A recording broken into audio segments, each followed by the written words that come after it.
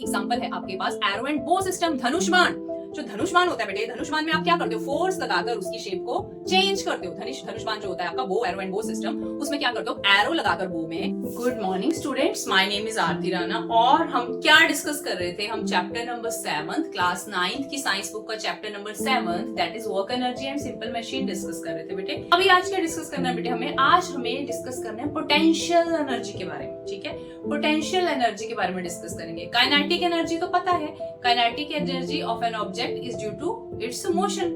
Object अपनी motion की वजह से, अपनी मूवमेंट की वजह से ऑब्जेक्ट की जो एनर्जी होती है that is known as its kinetic energy. Next चीज आ गई आपके पास पोटेंशियल एनर्जी। तो पोटेंशियल एनर्जी क्या है बेटे, अब पोटेंशियल एनर्जी भी डिफरेंट कैटेगरीज की होती है जो आप हायर क्लासेस में पढ़ोगे। अभी हम जितनी भी टाइप की एनर्जीज हैं जो पोटेंशियल एनर्जी की कैटेगरी के अंदर आती है उसको हम पोटेंशियल एनर्जी ही बोलेंगे। ठीक है, तो फर्स्ट ऑफ ऑल आप इसमें क्या चीज देखोगे बेटे, अगर हम किसी ऑब्जेक्ट की कॉन्फ़िगरेशन को, शेप को, ठीक है, चेंज कर देते हैं, अगर हम किसी ऑब्जेक्ट की कॉन्फ़िगरेशन को, शेप को चेंज कर देते हैं, ऐसा करने के लिए हमें क्या करना पड़ेगा, उस ऑब्जेक्ट के ऊपर वर्क डन करना पड़ेगा। फोर्स लगाएंगे ऑब्जेक्ट के ऊपर और वर्क डन करेंगे। वर्क डन करके हम करेंगे क्या, उस ऑब्जेक्ट की कॉन्फ़िगरेशन को चेंज कर देंगे, उस ऑब्जेक्ट की शेप को हम क्या कर देंगे, चेंज कर देंगे। ऐसा करने से जो हमने वर्क डन किया उसकी शेप को चेंज करने के लिए, उसे डिफॉर्म करने के लिए, ठीक है, वो वर्क डन जो हमने उस पर किया और उसकी पोजीशन चेंज कर दी, वो वर्क डन उसमें स्टोर हो जाता है एज इट्स। ठीक है, तो देखते हैं किस तरह से ये होगा। और चाहे हम ऑब्जेक्ट की शेप चेंज कर रहे हैं, ठीक है, चाहे हम ऑब्जेक्ट की पोजीशन चेंज कर रहे हैं, पोजीशन भी आएगी इसके अंदर, ठीक है, क्योंकि वो अलग से ग्रेविटेशनल पोटेंशियल एनर्जी का केस होगा। तो फर्स्ट ऑफ ऑल आपके माइंड में कुछ आ रहा है कि हम कब फोर्स लगाकर ऑब्जेक्ट की शेप को चेंज करते हैं और उसके बाद वो ऑब्जेक्ट फिर फर्दर कोई वर्क डन करता है। तो इसका सबसे फेमस एग्जांपल है आपके पास एरो एंड बो सिस्टम, धनुष बाण। जो धनुष बाण होता है बेटे, धनुष बाण में आप क्या करते हो, फोर्स लगाकर उसकी शेप को चेंज करते हो। धनुष बाण जो होता है आपका बो, एरो एंड बो सिस्टम, उसमें क्या करते हो, एरो लगाकर बो में उसको स्ट्रेच करते हो, पीछे जो थ्रेड लगा होता है उसको स्ट्रेच करके रखते हो। तो आप क्या कर रहे हो, फोर्स लगा रहे हो, एरो उसमें लगाया और एरो से जो पीछे स्ट्रिंग लगा है, जो थ्रेड लगा उसको स्ट्रेच किया, तो आपने उस पूरे एरो एंड बो सिस्टम की एनर्जी चेंज कर दी। आपने वर्क डन किया, उस पर वर्क डन किया, उसकी शेप चेंज करी, फोर्स लगाई तो वर्क डन किया, फोर्स ही लगानी पड़ रही है ना उसको स्ट्रेच करने के लिए। आपने एरो एंड बो सिस्टम के ऊपर फोर्स लगाई और उसकी शेप चेंज करी, मतलब फोर्स लगाई तो आपने वर्क डन किया। तो जो आपने वर्क डन किया, अब इस सिचुएशन में जब आपने उसको पकड़ के रखा हुआ, स्ट्रेच करके पकड़ के रखा है, तो जो आपने वर्क डन किया वो उसमें स्टोर हो गया अब as its potential energy. Shape change की मतलब आपने वर्क डन किया और वर्क डन करके आपने उसमें क्या किया, आपने उसमें पोटेंशियल एनर्जी क्रिएट कर दी। शेप चेंज होने की वजह से अब वो जो वर्क डन था आपका वो उसमें स्टोर हो गया है एज इट्स पोटेंशियल एनर्जी। और जब आप इसको रिलीज कर दोगे तो क्या होगा, एरो फास्टली आगे जाएगा, एरो जो है फास्टली मूव करके आगे जाएगा। मतलब जो स्टोर हो गई थी पोटेंशियल एनर्जी अब वो किस में कन्वर्ट हो गई, वो कन्वर्ट हो गई है kinetic energy of the arrow, क्योंकि एनर्जी एक फॉर्म से दूसरी फॉर्म में तो चेंज होती है। ठीक है, तो पहले तो उस एरो के पास एनर्जी नहीं थी, काइनेटिक एनर्जी पहले तो नहीं थी ना। कब आई, जब आपने उसकी फोर्स लगाकर शेप चेंज करी। अगर आप उसको पर्टिकुलर एक पोजीशन में उसकी शेप चेंज ना करते तब तो आपके एरो के पास कोई काइनेटिक एनर्जी नहीं थी।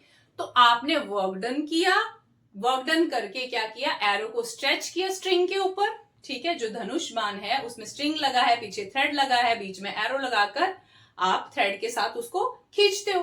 तो आप वर्क डन करते हो फोर्स लगाकर और वो वर्क डन उसमें स्टोर हो जाता है एज इट्स पोटेंशियल एनर्जी। वो उसमें स्टोर हो गया, उसी एनर्जी को पोटेंशियल एनर्जी बोल रहे हैं, क्योंकि वो किसकी वजह से क्रिएट हुई, उसकी शेप चेंज करने की वजह से क्रिएट हुई। और जब आप उसको छोड़ोगे तो वो पोटेंशियल एनर्जी अब क्या होगा, चेंज हो जाएगी kinetic energy of the arrow में। ठीक है, तो ये है एग्जांपल आपका पोटेंशियल एनर्जी का। सिमिलरली आपके पास स्प्रिंग का एग्जांपल है। अगर आपके पास कोई स्प्रिंग है, ठीक है, और एक साइड से वो फिक्स है, for example this is a spring, और एक साइड ये वॉल में फिक्स है, किसी भी वुडन ब्लॉक में ये वॉल में फिक्स है, तो दूसरी साइड से अगर आप इसको कंप्रेस करोगे तो छोटा हो जाएगा। तो फिर से आप वर्क डन कर रहे हो इसको कंप्रेस करने के लिए, स्प्रिंग को कंप्रेस कर रहे हो, मतलब आपने वर्क डन किया, वर्क डन करके उसकी शेप चेंज कर दी, साइज चेंज कर दिया। तो आपने वर्क डन किया, फोर्स लगा रहे हो उसको कंप्रेस करने के लिए, वो वर्क डन उसमें स्टोर हो गया अब एज इट्स पोटेंशियल एनर्जी। इसको बेसिकली इलास्टिक पोटेंशियल एनर्जी बोलते हैं, ये हायर क्लासेस में पढ़ोगे। वो वर्क डन इसमें स्टोर हो गया एज इट्स पोटेंशियल एनर्जी।